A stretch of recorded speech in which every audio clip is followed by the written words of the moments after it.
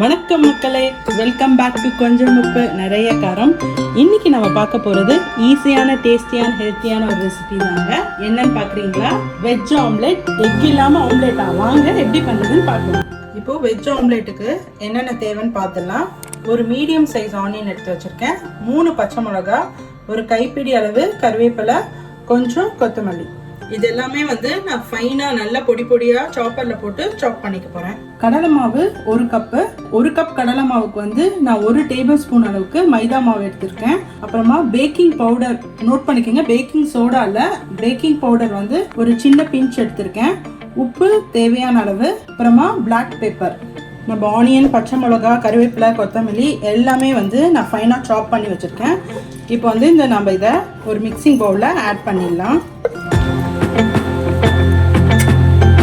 அடுத்ததாக கடலை மாவு சேர்த்துக்கிறேன், மைதா மாவு, உப்பும் பேக்கிங் பவுடரும். பேக்கிங் பவுடர் நீங்கள் ரொம்ப போட வேணாம், ஜஸ்ட் ஒரு பிஞ்ச் போட்டிங்கன்னா போதும். உங்களுக்கு அது பிடிக்கல, பேக்கிங் பவுடர் இல்லை, உங்களுக்கு பேக்கிங் பவுடர் சேர்க்கறது விருப்பம் இல்லாட்டி நீங்கள் அந்த ஸ்டெப்பை ஸ்கிப் பண்ணிக்கோங்க. முதல்ல நம்ம நல்லா மிக்ஸ் பண்ணிக்கலாம். இப்போ நான் கொஞ்சோண்டு வாட்டர் ஆட் பண்ணி இதை மிக்ஸ் பண்ணிக்கிறேன். தண்ணி பார்த்து ஆட் பண்ணிக்கோங்க. உங்களுக்கு தெரியும் ஆம்லெட்டோட கன்சிஸ்டன்சி எப்படி இருக்கும்னு, அதுக்கேற்ற மாதிரி பார்த்து ஆட் பண்ணிக்கோங்க. ஒரு மாதிரி ஃப்ளோயிங் கன்சிஸ்டன்சியாக இருக்கும். நல்லா மிக்ஸ் பண்ணிக்கோங்க. கடலை மாவு போட்டிருக்கோம், கட்டி தட்டாமல் நல்லா மிக்ஸ் பண்ணிக்கோங்க. நம்ம பேக்கிங் பவுடரும் போட்டிருக்கோம். ஸோ நமக்கு ஆம்லெட் நல்லா ஃப்ளஃபியாக வரும்.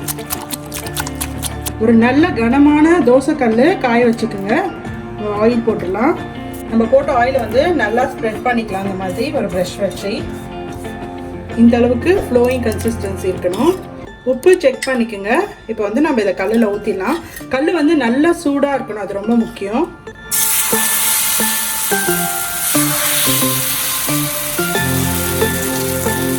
இப்போ நம்ம பெப்பர் கிரைண்ட் பண்ணிடலாம். ஃப்ரெஷ்ஷாக பெப்பர் கிரைண்ட் பண்ணி போட்டிங்கன்னா டேஸ்ட் ரொம்ப நல்லா இருக்கும். ஆம்லெட்டில் கொஞ்சம் நல்லா குக் ஆகணும். குக் ஆனதுக்கப்புறம் நம்ம திருப்பி போட்டுக்கலாம். ஆம்லெட் நல்லா குக் ஆகிடுச்சு ஒரு சைடு. இப்போ நம்ம திருப்பி போட்டுடலாம். இந்த ஆம்லெட் ரொம்ப ஈஸியாக பண்ணிடலாம். நீங்களே பார்த்தீங்க, ரொம்ப மினிமம் இன்க்ரீடியன்ஸ் தான் யூஸ் பண்ணியிருக்கேன். அது மட்டும் இல்லாமல் உங்களுக்கு கடலை மாவு சேர்க்க விருப்பம் இல்லாட்டி இன்னொரு ஹெல்த்தியர் ஆல்டர்னேட்டிவ் என்னென்னா பொட்டுக்கடலை மாவு. நம்ம சட்னிக்கெல்லாம் யூஸ் பண்ணுவோம் இல்லையா, அந்த பொட்டுக்கடலை மாவை நீங்கள் நல்லா பவுடராக பண்ணி அதை கூட நீங்கள் யூஸ் பண்ணலாம். அப்படி நீங்கள் பண்ணுறப்போ கொஞ்சம் மொறுமொறுன்னு வரும்.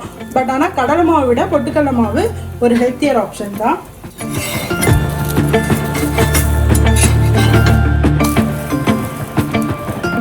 நம்ம எக்லெஸ் ஆம்லெட் ரெடி ஆயிடுச்சு. ரொம்ப டெம்டிங்காக இருக்கும். உங்களுக்கு சப்போஸ் முட்டை சாப்பிடணும் போல் இருக்கிற டைமில் எக் அவைலபிளாக இல்லாட்டி இது மாதிரி நீங்கள் பண்ணி சாப்பிட்லாம். இதை ஈவினிங் ஒரு ஸ்நாக்காக கூட நீங்கள் பண்ணி சாப்பிட்லாம்.